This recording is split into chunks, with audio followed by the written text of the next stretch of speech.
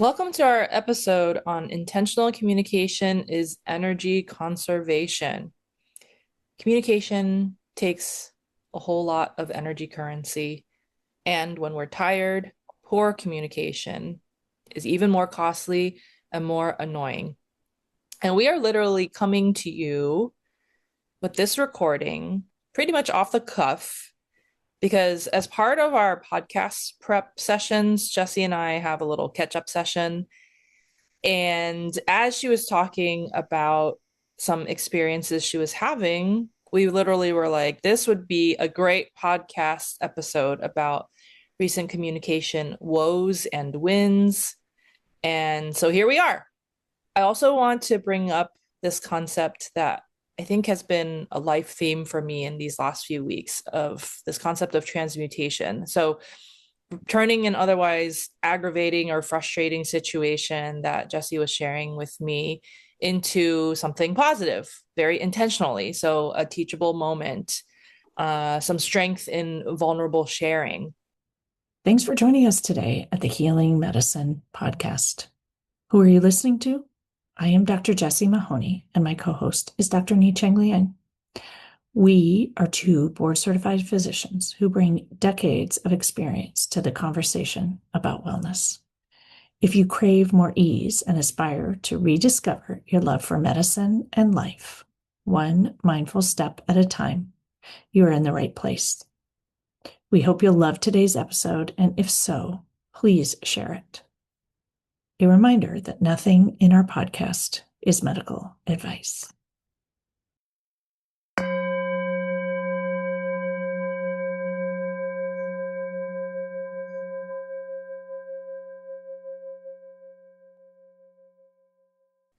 So, without further ado, Jessie, can you please share with our listeners what's been happening? You definitely mentioned what I noticed was a juxtaposition of different communication styles you have recently been bombarded with. I love that, bombarded with. And I also want to point out that part of the reflections on this came because today I'm tired. And so the sort of different communication styles when you're tired and one thing feels easy and it's such a relief when you're tired. And when something feels hard and you're tired, you drop right into annoying. And even me, who practices lots of mindfulness and lots of coaching, I notice that. And so it reminds you of sort of being strategic and intentional in your response to different types of communication. So we're going to talk about all of that. The background of the story is, and I'm going to start with the wins because we're so good at starting with what's not working and why does it need to change, or we just like to do that collective suffering, let me dump all the problems on you. And I want to actually take a moment and be really proud that in our conversation, I told you about the win first and this amazing experience and how amazing it felt. And that noticing also what works about it is refreshing for me, but also energizing in this day where I'm tired. So I had this just amazing experience working with someone who is a CMO of a hospital who is working on bringing some wellness to her hospital. And I have found her to be the most absolutely wonderful person to work with. And I was telling Ni-Cheng about what is wonderful. And so what I would say is this would be clearly something I hadn't really thought about, but what is my preferred way to communicate, right? So part of this is a communication fit. And then part of this is noticing efficient versus inefficient communication and noticing the things that make communication energy efficient.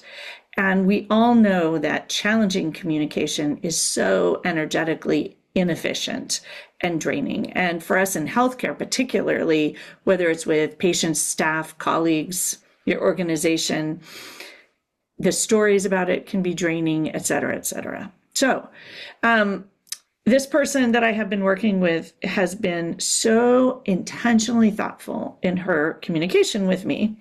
She is direct and straightforward and clear. She doesn't bring any fluff into it. And she's completely transparent, which is amazing. And this is someone who had set up a time to talk to me a couple months ago and had an idea in her head and had already researched potential grants she could apply for. And she wanted me to build something for her group. And so she came and said, I'm going to apply for this, but I want to talk to you first.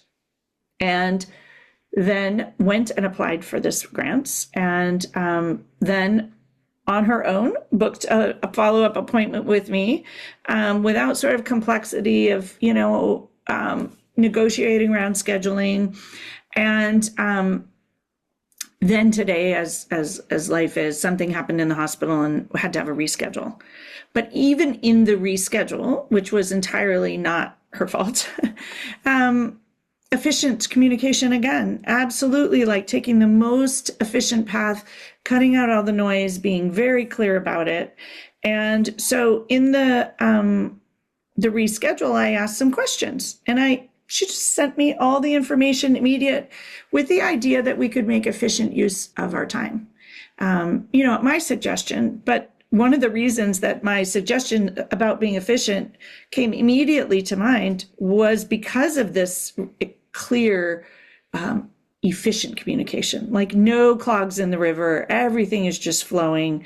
And I think it's pretty magical when you experience that. And it's so rare in our world that part of me sharing it with you, Ni-Cheng, was literally to celebrate that, like, this is possible. And I think, I often teach in coaching and at retreats this idea of strengths-based improvement and like noticing what works. And maybe I can be part of the process of sharing what works, not only with, our podcast listeners, but in my own process of working with people, what is going to work and what is my preferred way of doing it. And I think oftentimes we don't do that, but experiencing now I'm very clear on what my preferred ways are, which I wasn't before. And so how beautiful that you can turn something that feels so easeful and smooth into sort of a way of sharing your preferences. We did the preference list, and now I have preferences like communication preferences. Do you want to talk about this one further or go into the opposite experiences? So I wanted to reflect back to you that as you were sharing this win, this huge win, even though like the meeting isn't going to happen today, doesn't matter. It was a beautiful communication win. Yeah.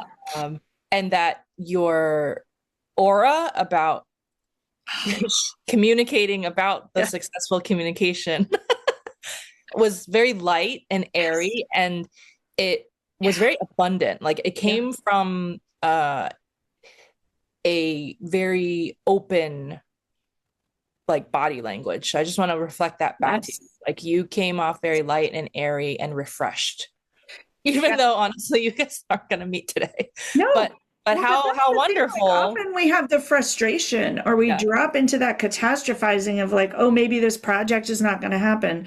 But I will say, based on the flow of communication here, it's 100% going to happen. Yeah. And it's going to happen quickly and efficiently. Yeah. And I'm so looking forward to it because a lot of what goes into the work that I do is the planning and the inefficient communication to make a beautiful, amazing thing happen. Yeah. And this is going to be beautiful and amazing. And the process to get there is going to be so efficient. So I think part of that efficiency is that the certainty of the yes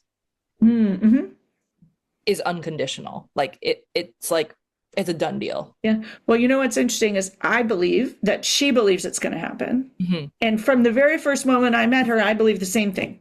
Like, and I think when you just sort of decide like this is going to happen, and yes, there's going to be a process, it's going to take whatever time it takes, but it's just going to happen, is really like a beautiful thing. And sort of in contrast to the next situation we're going to talk about, like if you look at the facts, the second one is actually much more like likely guaranteed to happen based on other external facts, right? Mm-hmm.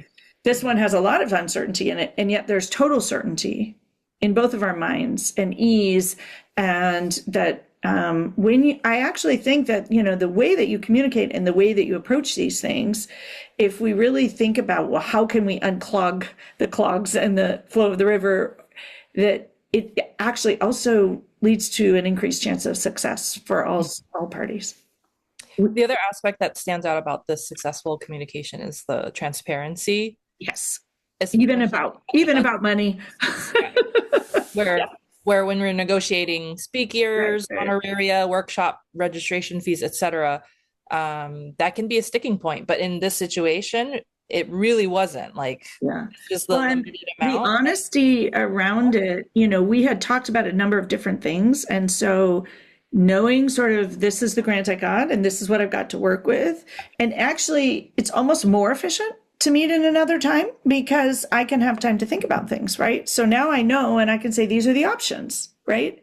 And then, these will be the options for next time. There was so much clarity that clarity and sharing it and transparency actually allows things to work. And I think oftentimes we don't do that because we think about it as a negotiation.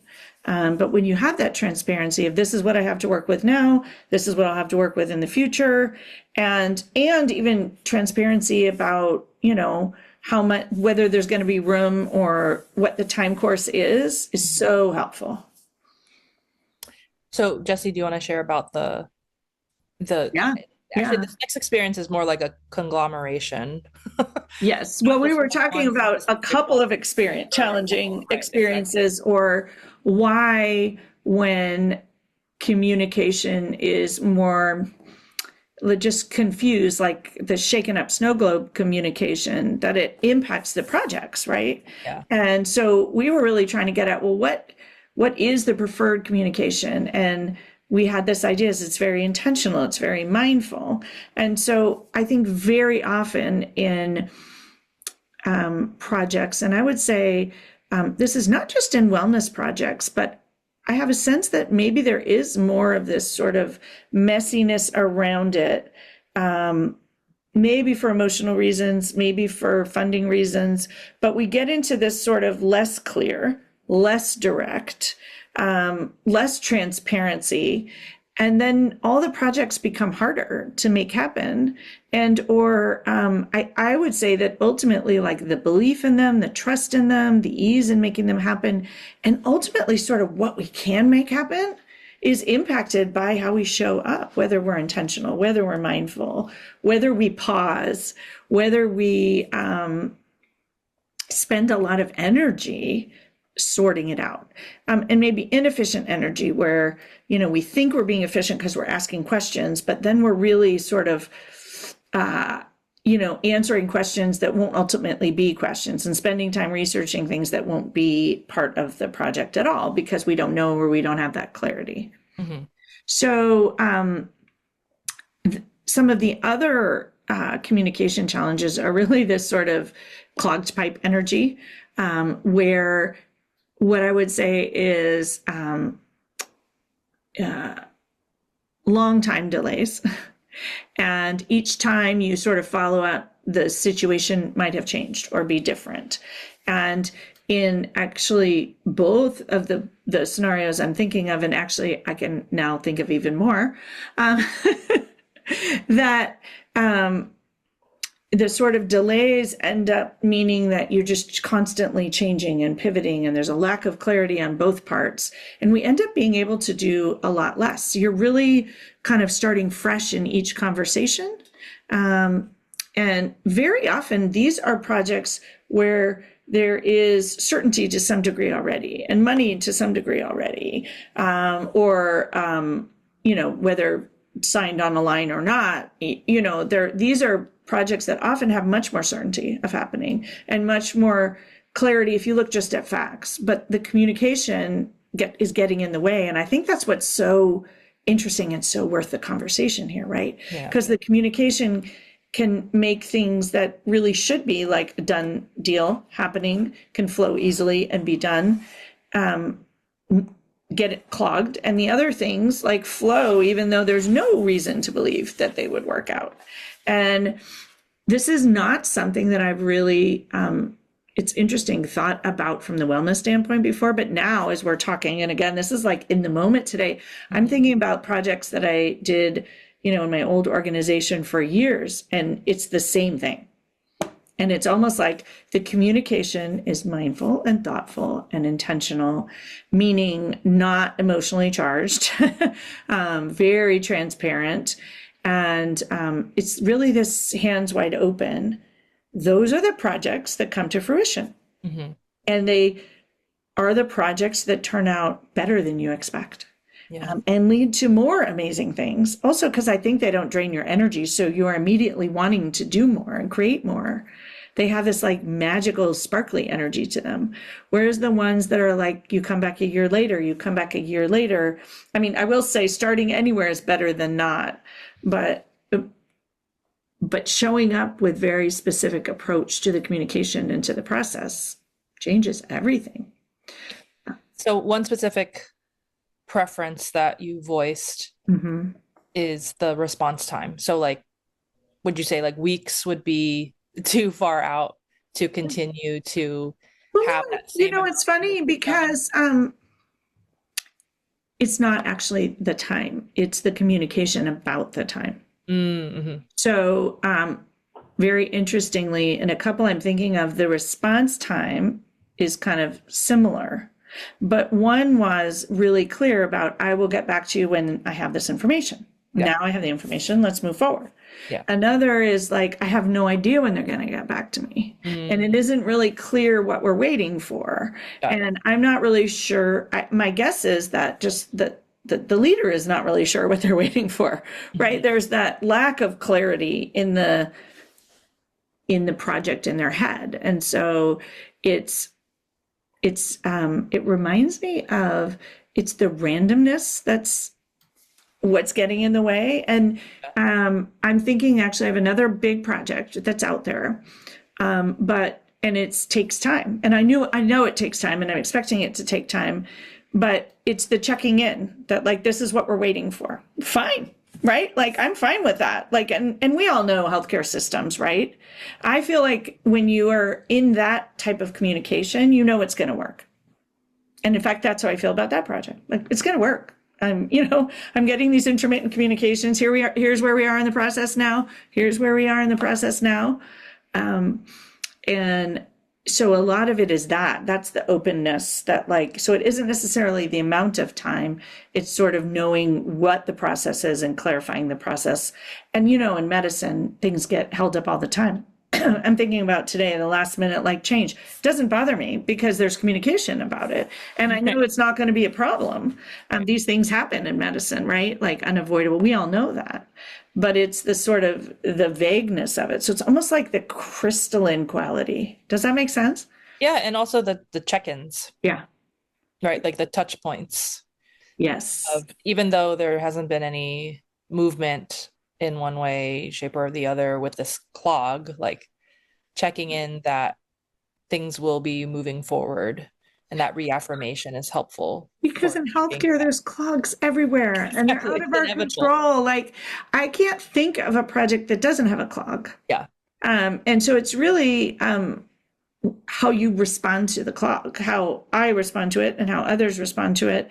And if you think about this just from patient standpoints or family standpoints, it's how you respond to the clogs. Yep. Rather than the fact that the clogs show up. But very often we think that it's like, oh, the delay is the problem. And now I'm frustrated. And I mean, to me, it reminds me also of that podcast we did on, like, expect it and accept it. Because when you expect the delay and you're aware of it, it's not a problem. But when you don't expect it or you don't know what to expect, that's where the frustration grows and literally the energy drain grows. And so I'm thinking, because we were really talking about this kind of idea of energy conservation and, like, where the momentum gets stopped and becomes inert, and then you need the, like, reactivation or the activation energy to get going again. But what keeps that energy going is just the clarity and the simple check-ins and knowing what you're waiting for. So the analogy here visually is like clogged pipe, maybe using Drano to help flush it clear. Also using this analogy of like pushing a rock uphill and taking unnecessary breaks while pushing the rock uphill. Holding it while you're resting, Yes, right? exactly. Versus like just rolling a rock down a hill when there is momentum and when the kinetic energy is strong and flowing without resistance. And what's coming to mind here is it's also both parties. So it's the two parties that are communicating, right? And what each is bringing, and also how each is responding to it. And that is sort of, it's the dance, but when it works, it's like the beautiful ballroom dancers. And when it doesn't work, everybody's stepping on each other's toes and like tired, and it's no fun, right? So we were talking about sort of zone of comfort. And when you think about that ballroom dancing dance with that just looks so beautiful, right? That actually takes a lot less energy. And that's the zone of comfort. They're clearly very comfortable, whereas the inefficiency is really causes great discomfort. And I would say for most people who listen to this podcast, inefficiency is energetically draining, but then we make it more energetically draining by stewing about it, right? So part of this is, and in this conversation, I have so much more clarity about when there's inefficient communication. One, what's in my control, which is how I respond to it. But I also think so many learnings from the efficient communication that I can actually share that. And you can actually begin to guide it as a leader of, well, when will we check in next? What are we waiting for? What are my next steps? What are your next steps? And how that just lessens the energy drain. Energy drains and clogs in communication are part of life. And so as you're navigating the clog, honoring how you were feeling, how you are feeling. Yes. Right? Like feel to heal. So not whitewashing and doing toxic positivity for it, but really grounding into what this experience has been like for you, and the aggravation and the frustration, and being generous with your sharing and the time that it takes to feel all of the feelings. Well, and feeling the feelings. And for me, I like to process feelings. So that's why I was chatting with you about it. But how brilliant is that, right? Because that's for me an efficient process. And in doing so, there's so much clarity about what works, what doesn't, and this opportunity for growth, not just personal growth for me, but I'm actually thinking like, once you are clear about what works, you can actually share that and help other people. And if you look at all the sort of clogs in healthcare, it's like, where are the places where you have control and where can you influence those, and literally letting go of the things that are not in your control, which is a lot. So another tip for mindful communication and efficient communication is asking yourself, what's the next healthiest and wise choice to make when you are faced with a clog of any sort? Yeah. Well, and actually, I think the first one is to pause and breathe. Like, you don't have to fix it. Just sit with it. Right? Yep. Feeling it. Yeah. Feeling it, even if it doesn't feel good, and especially, I think this pause to enjoy it when it feels good. And like revel in it and learn from it, so that both experiences can have your transmutation. Yes.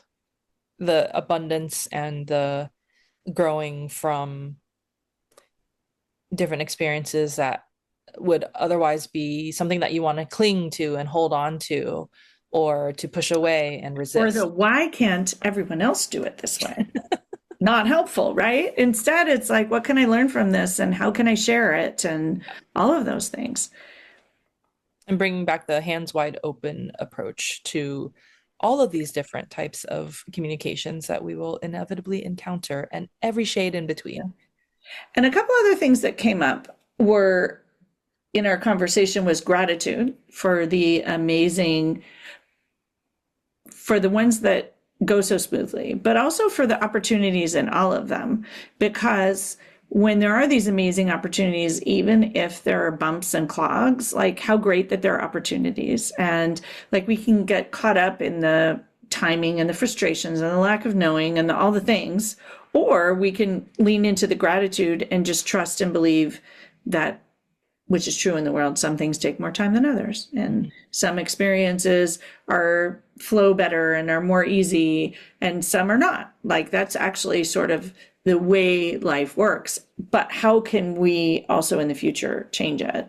The other thing that comes to mind is staying in my own energy, at least when the energy is the opposite of mine. So I am actually, for the one that energizes me and is efficient, I don't want to stay in my own energy. I want to open up those pores and soak in the positive, moving forward momentum energy.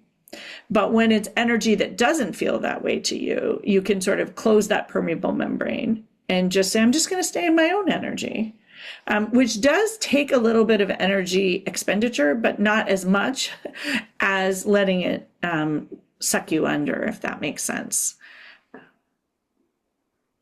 Yeah, you have to spend some energy to build a protective force field. Yeah, yeah. But I think that's worthwhile energy. The other thing that sometimes can happen when you get into this, not knowing and the spinning, and it's not going like you, and I am honestly just going to say prefer it to go, right? Because it doesn't mean that one is better than the other. Although smooth and efficient is always faster and is often also, less expensive because it's taking less time and energy on everyone's part.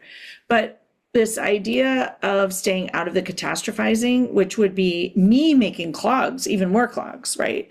That like it taking a while and this not happening and that not happening and telling all kinds of non-generous stories about it and being frustrated and draining my own energy is actually going to make it much less likely to all sort itself out. And so if I'm thinking about, well, what can I do in those situations? I can, and I'm actually really proud because I think I'm doing a great job. Hands wide open. If it's meant to happen, it will happen. And not being frustrated with either people or process or it reminds me a bit of just being curious. Like I have no idea what these people's rest of their job and rest of their life is and where this is on their priority list. And even if it's super important to them, that has nothing to do with the way that they're approaching it or the time course. And that my role can be to educate sort of how it works best, but that's literally all I can do. There is an open invitation to get curious about the clog.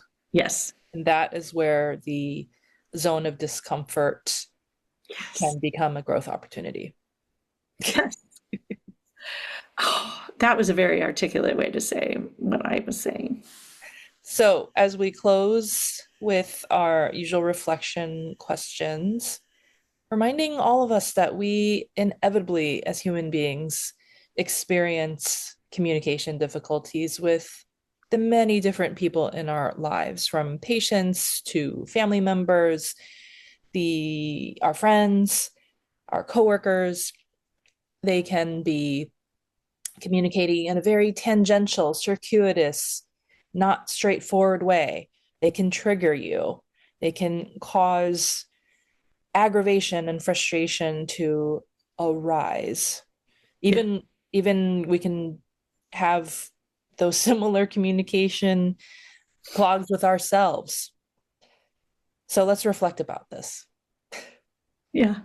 Well, and I want to point out what you just said before we get into our reflection questions, which is we can also be an energy communication clog with ourselves, because we actually do communicate with ourselves and have stories, and we might be the biggest clog of all.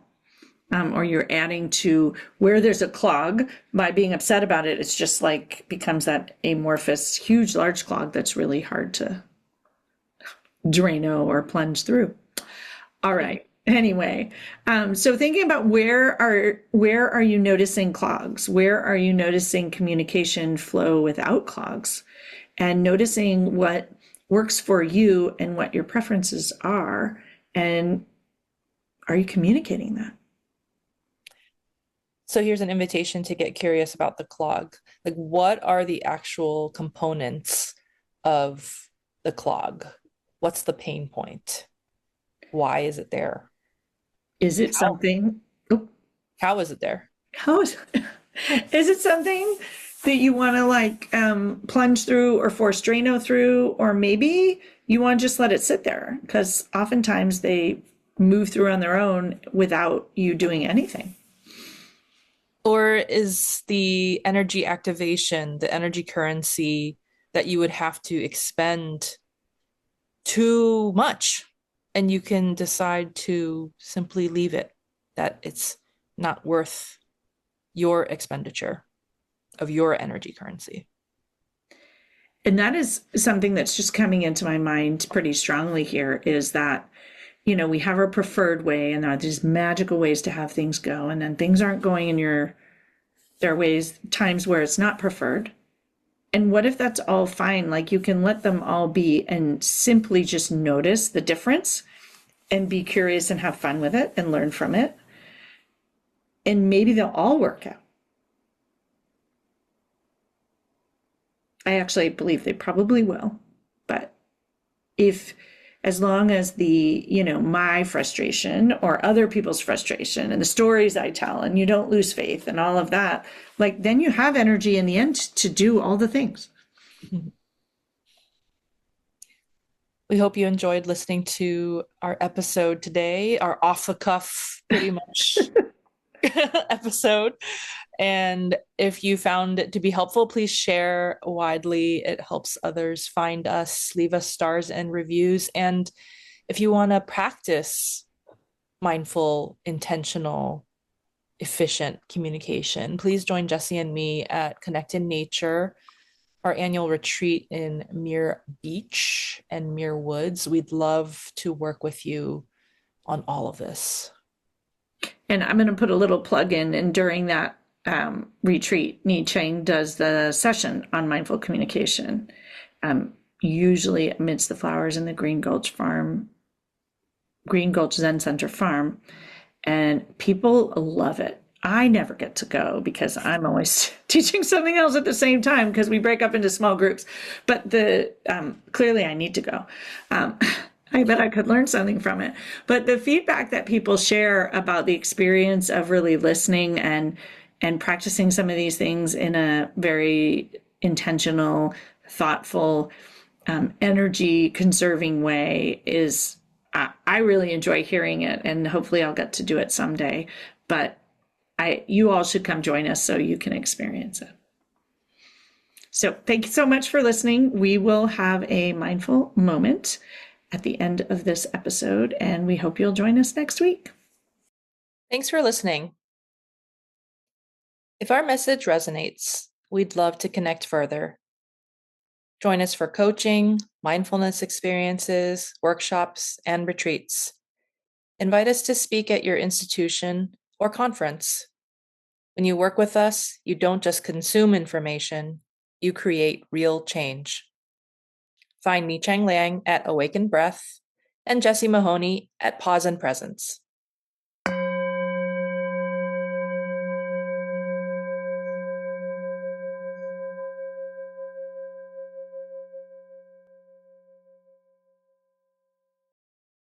Welcome to this mindful moment offering. This is an invitation to practice mindful communication.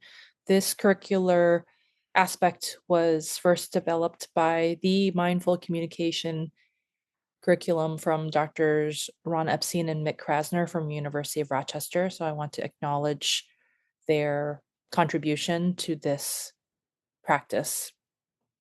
So the next time that you are going to be engaged in some sort of communication where someone is asking you to hold space, to tell a story, or to share some difficulty that they've been encountering, use that as an opportunity to choose to practice mindful communication. So listen to them without interruption, allowing them to finish their story and their sharing.